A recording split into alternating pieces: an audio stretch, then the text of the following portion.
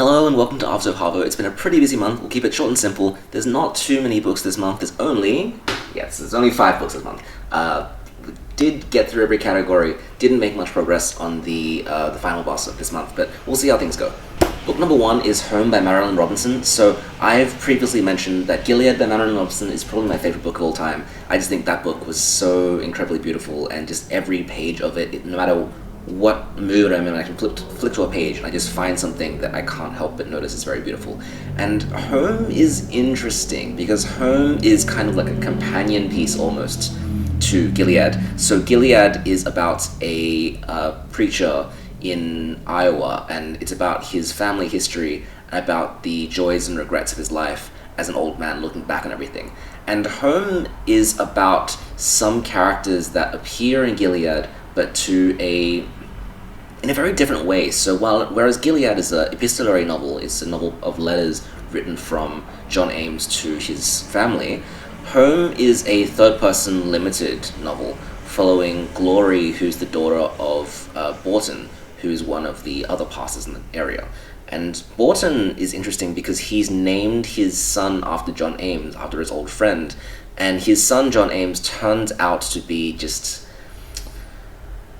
In Gilead, he's made out to be quite a bad person, quite an immoral person, and he ends up being something of a prodigal son. So he goes out he travels America, he ends up in a lot of trouble, has a child out of wedlock, and then comes back to Gilead afterwards to try and seek atonement from his family. And so Home follows Glory and her interactions with her brother, Jack, and seeing his return back to Gilead, and really feeling that emotion from seeing a son who was previously estranged from their father try to come back and reconcile with them, even as their father is not doing so well in health and is not really remembering things as easily as possible. It's just such a tense emotional moment, and this book, much more so than Gilead, is a sad novel, and it's a painful novel. It's a novel that tries to transfix the audience into this feeling of pain and difficulty that's only created by several decades of disappearance and resentment. So we have Jack desperately trying to make amends with his father, knowing though that he himself has taken on this role in the town as a kind of bugbear figure, that he knows everybody suspects him, that when there's anything that goes wrong in the town early on, there's some money that's stolen from someone's house, everyone immediately suspects him. And so he's got to deal with this reputation when no one trusts him and no one expects him to do good at all. And he's got to... Well, he's aware of this, and he's aware of the misdeeds that he's done in the past, and he's fully accepting of his situation. But how can he demonstrate his atonement to his father, and how will his father react to it, given that his father had previously forgiven Jack for every single thing that Jack had done wrong for the family? So it's very complicated, very emotional. I came so close to tears so many times throughout this book. It's very different from Gilead in that it's trying to tell a full narrative, and it's trying to be very straightforward about how it does that. It's linear, there's not really any bells and whistles. It is very closely third-person limited, but the characters are so beautifully drawn. The dialogue is incredible. There's just some lines of dialogue that tug at you so hard, and it's an easy 5 out of 5, but it's such a different 5 out of 5 to Gilead. It's a more emotional experience, it's a more relational, character-driven experience, whereas Gilead's a beautiful experience, but one where you just kind of pluck moments out of it, and it's not one full cohesive narrative. It's lots of little narratives kind of caked together, and this book is one complete narrative. It's just a sad ride from beginning to end, and I love how much it complicates the ideas of forgiveness and atonement. So it is a book that is rooted in Christian theology, and the ideas within it explores more into that territory of atonement and forgiveness, in that it's not easy. If somebody has spent so long hurting you, how can you forgive them easily? But on this other side of the spectrum, if someone is so readily offering you forgiveness when you're personally aware of all the mistakes that you've made, how does that work? Like, how does that affect the way that you see your relationship? How do you trust someone's forgiveness if you yourself might not forgive yourself in the same way. Like, it's just so complicated, it's so rich, it's an incredible read. I would say you probably have to read Gilead first, because it does kind of rely on you knowing the events before they play out, but it is just so fantastically written. It's just incredible. I can't understand how dialogue this good and this impactful was ever written. It is amazing, and it's a 5 out of 5. Book number 2 is A Sellout by Paul Beatty. So this is the first American winner of the Booker Prize, I believe. So the Booker Prize previously was only open to British Commonwealth countries and authors, and recently, very, very recently, it allowed entrance from American authors, and The Sellout is the first of those. So Paul Beatty is an African-American author who is working in comedy and satire, and he's really satirizing the way that African-American and white American relationships play out within modern America, where white Americans like to think they're in this kind of post-race environment, and African-Americans live with the lingering suffering of slavery and of segregation, but just in ways that seem a little bit invisible to white Americans. And so what the narrator of the story ends up doing is making these inequalities much more visible by, in some ways, reinstating some of the things that were abolished in the 1960s, right? He reinstates segregation. He's a black character. He reinstates segregation. He reinstates slavery in this little town called Dickens in the middle of California. He brings back these things that a lot of white people would today find very reprehensible, but he does so in order to explore the kinds of damage that's been dealt to his community historically, to the point where the lingering impact of those laws and those policies are still felt, and you can't just ignore their impact by sweeping them away. And this results in some very outlandish conflicts. There's some really brutal, really gross scenes in this book, but it's done to disturb the reader and make them uncomfortable, and I, for nearly the whole time, didn't get it. Nearly the whole time. Like, I could understand how it was working from an intellectual standpoint, but I didn't feel it, I didn't enjoy it, I felt often quite disturbed reading it, and it took to nearly the last page for this to click, where there was an anecdote about a black stand-up comedian who was making jokes at the expense of black culture, and all the audience were laughing along, enjoying themselves, and then one person points out, hey, there's 2 white members of the audience, and they're laughing as well. Those 2, get them out of here. Like, they're not allowed to laugh at this, right?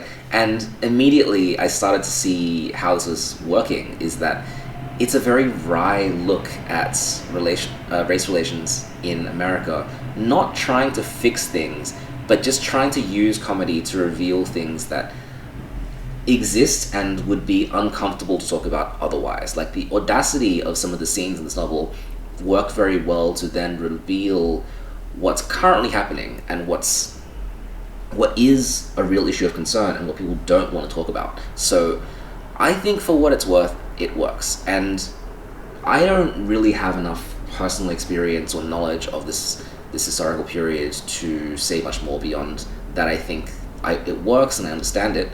I have to make the complaint that I always do with novels about race in America, which is that it's very much focused on the white versus African American experience, and I do feel at times there are nods towards Hispanic and Asian characters that feel like an afterthought, and this is a silly thing to complain about because I'm in Australia, this is not a big deal for me, but there are moments where it feels like the raced characters are on the opposite side of the white characters, and it relies on the same sense of stereotyping to Asian characters, and it just doesn't feel as rich or as well measured as it does for the black characters. Like, I feel like the way that it's done is to respond to the idea that this is a novel about race rather than a novel about the African American experience,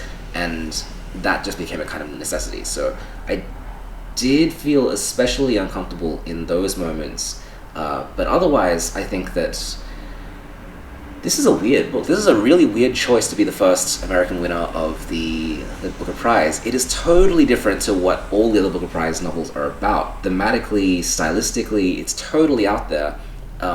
It's just a surprise. It's bizarre. I still don't fully know what it is or what I've read, and the way that it creates humor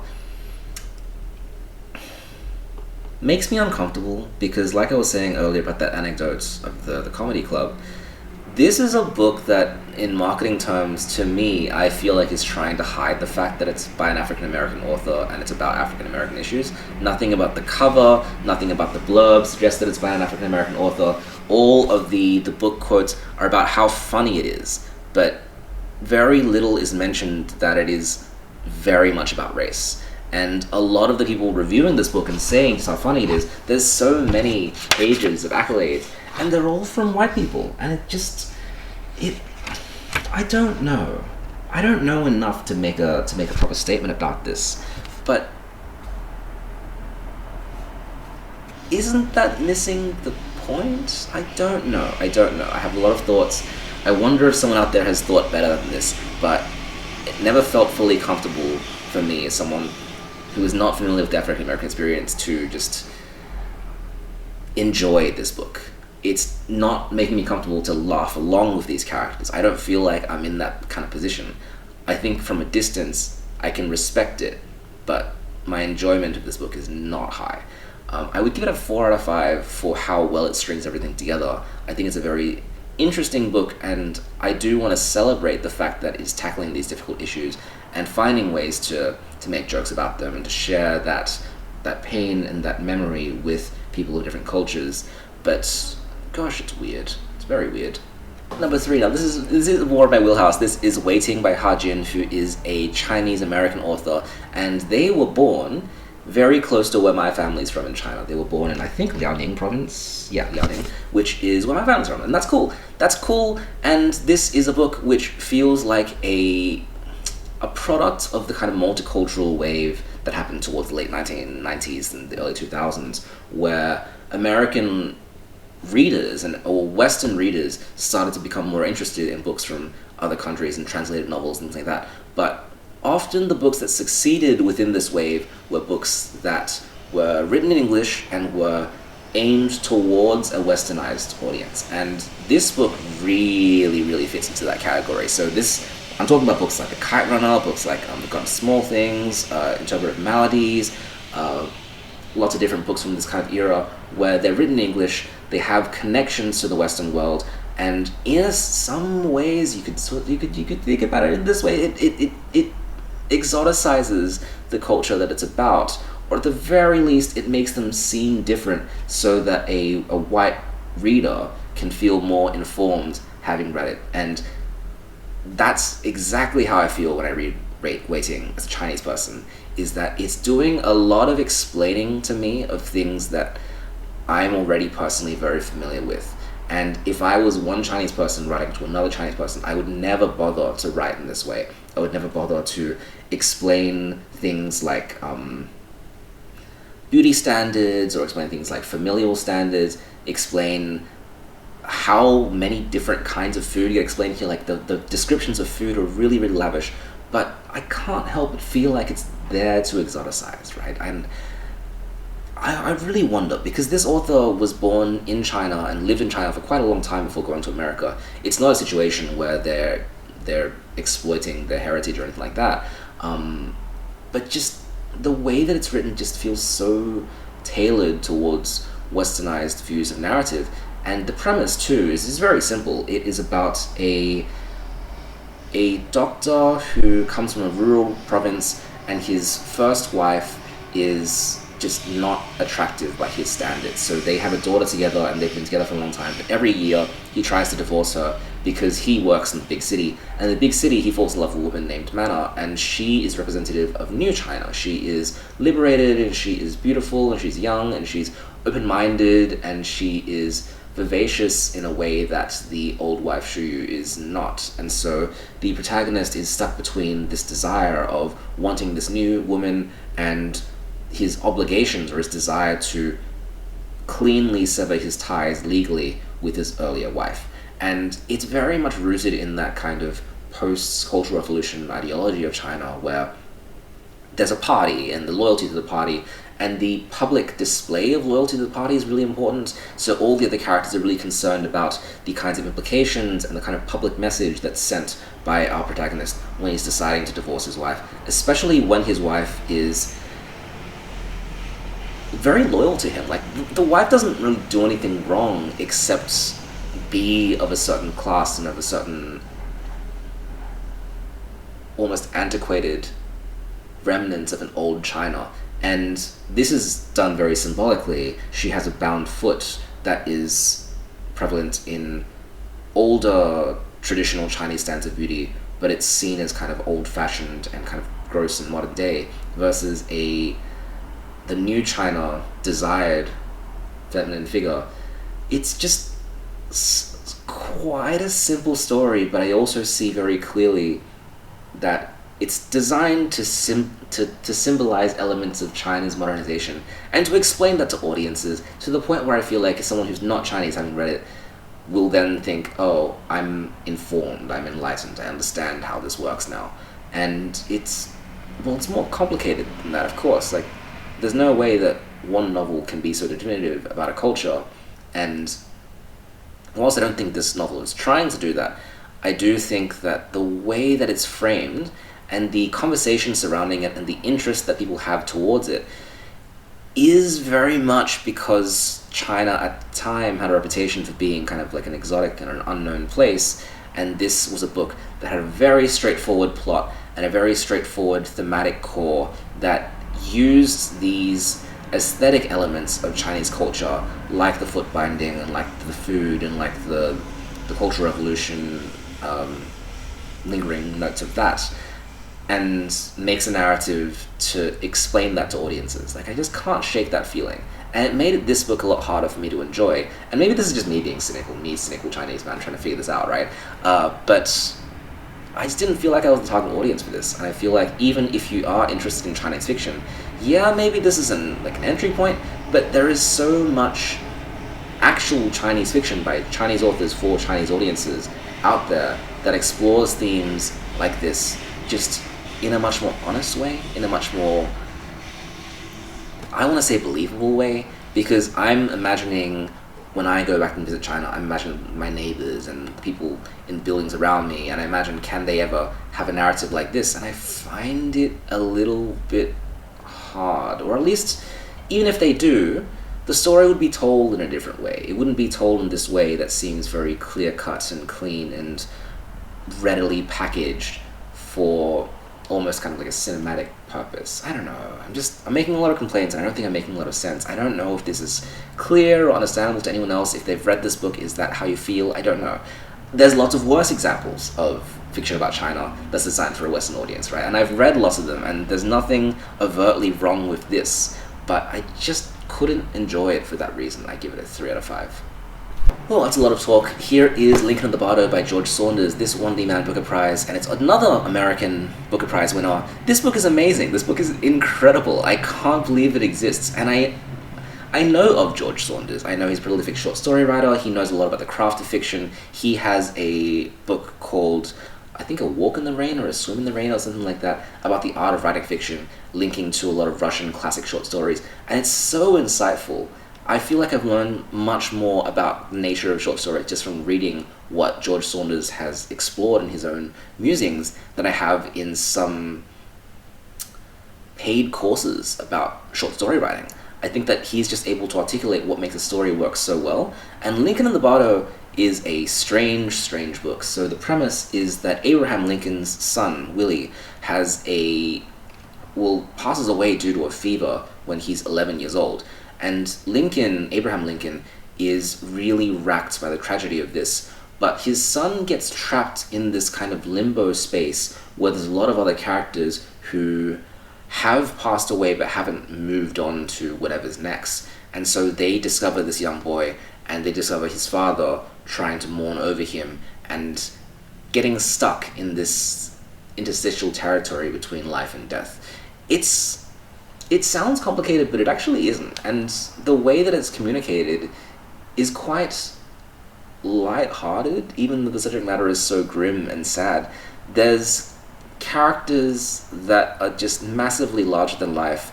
There's the convention that none of these people actually look like people. They're abstract representations of the kind of people, like the kind of characters that they were in life, which means that they all look extremely strange, and every time that they're mentioned in terms of the physical characteristics, it's just bizarre and whimsical, and it's not a well-defined afterlife. It's a kind of wispy, uncertain afterlife, and that adds to the magic of this book, really, is that it explores these difficult emotions and the implications it has for American history.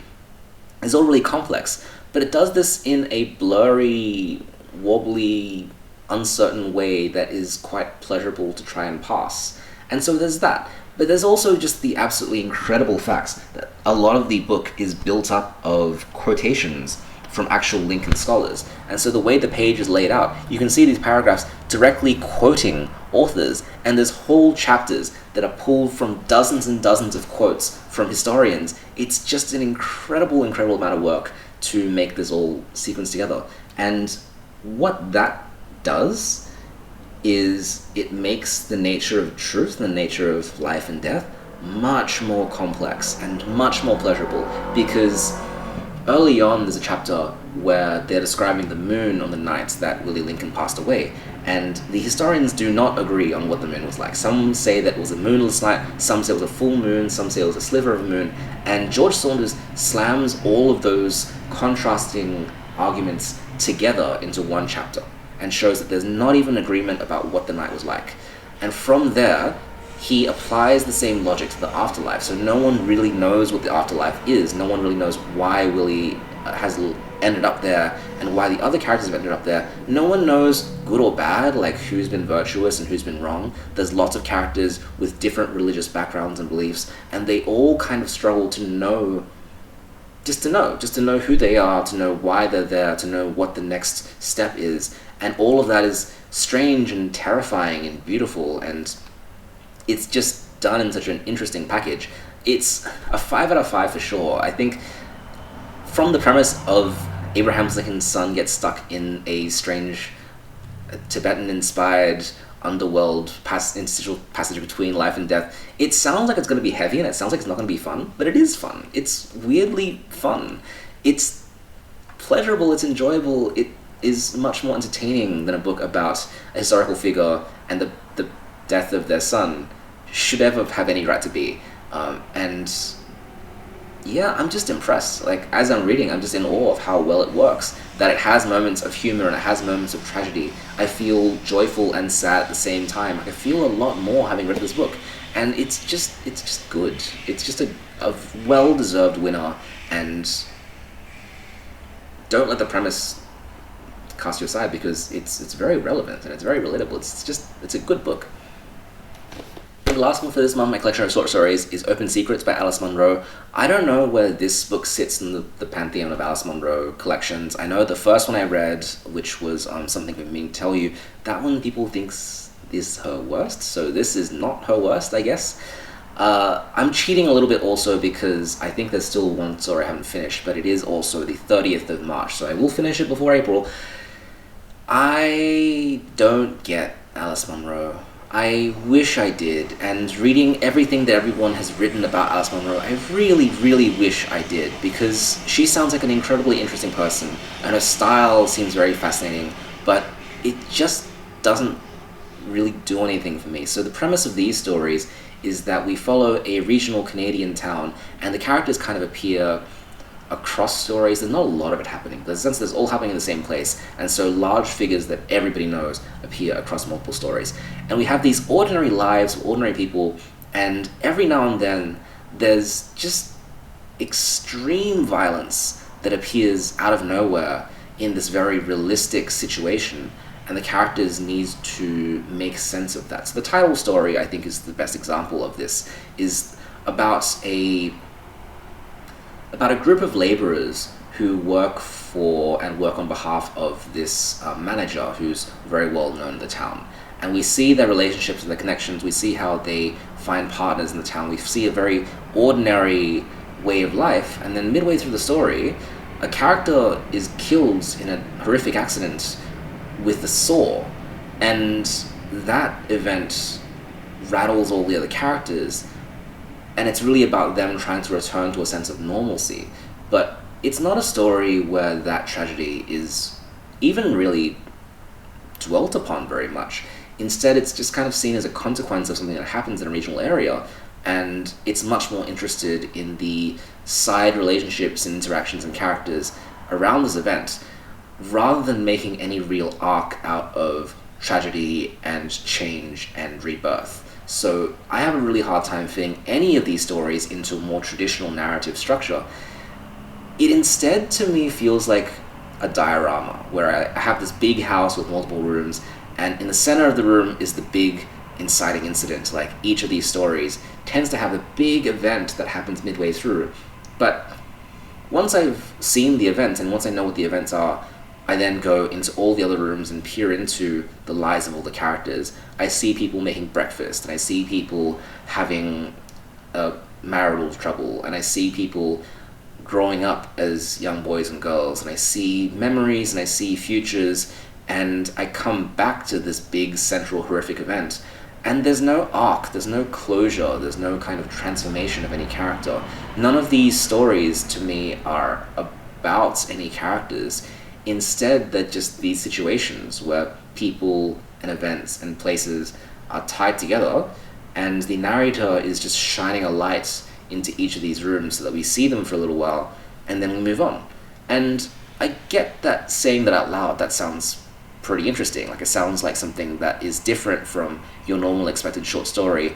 And Alice Munro is a fantastic writer in that her sentences and her dialogue and all the choices of her language are very carefully measured. Like, I can just see how much effort has gone into presenting characters like this. Like, it's not accidental at all. It must have been very, very difficult to write in this way, but I just can't get my head around exactly what this is. And I'm quite familiar with the kind of writing that she's falling into. So I'm looking at stories from the New Yorker around the 1970s, 1980s, writers like Beatty and writers like John Cheever, who I can connect with better because I see more of a overarching through line or sense of change in their stories, and I just can't make the same connection with Alice Munro. Like, the stories that I have liked of her have been the ones that have been much more simple and had fewer characters and had really just one event, because I can kind of know what they are. Whereas these stories, I don't know how they start and I don't know how they end. I really can't describe any of these stories to you except to say, this is the one where the guy gets cut in half with a saw, and this is the one where a couple breaks into someone's house and vandalizes it. Like, I can say what happens in it, but you're not here for what happens. You're here for the people, and you're here for the places, and you're here for... I don't even know if you're here for that. You're just here. You're just here. I wish I knew it better. I wish I could understand it better. I wish I could explain it better, because lots of people love Alice Munro, and she's often cited as one of the best short story writers of all time. And I can see a spark of something here, but I don't know what I'm doing wrong. Like, am I reading the wrong collections, or am I reading it the wrong way? Am I meant to read it slower? Am I meant to see connections between the stories? Like, how am I supposed to do it? I don't know. But until then, I think I'm giving it a 3 out of 5. I think I gave the other collection I read a 3 out of 5 as well. And that collection had some stories that I really liked. It had shorter stories that had more of an arc to it. This book has 8 very long stories. And all the stories, well, nearly all the stories, I would say I don't know what they are. I don't know how to describe it. It's not as if I could say, this is a romance narrative, or this is a coming-of-age narrative, or this is a mystery narrative. I don't know what they are. And I don't know. I'm lost with this book. And that's my 5 books of the month, and this is probably a better reflection of what I want my reading life to look like in the future. It's a lot more modern stuff, a lot more award winners, a lot more literary stuff. I think that once I finish all the big classics and the things that everyone has to, well, not everyone, but the things that you have to read before you die, right? The second I cross those off, I can then start to branch into books and genres and styles that I do like, and all of these, even if I haven't personally gelled with them, do fit into the kinds of books that I would like to seek out for myself. And It's been good. It's been fun. I have a lot of thoughts about the book prize still, and I will slowly work my way through all of those. And yeah, thank you for joining. I will see you next month.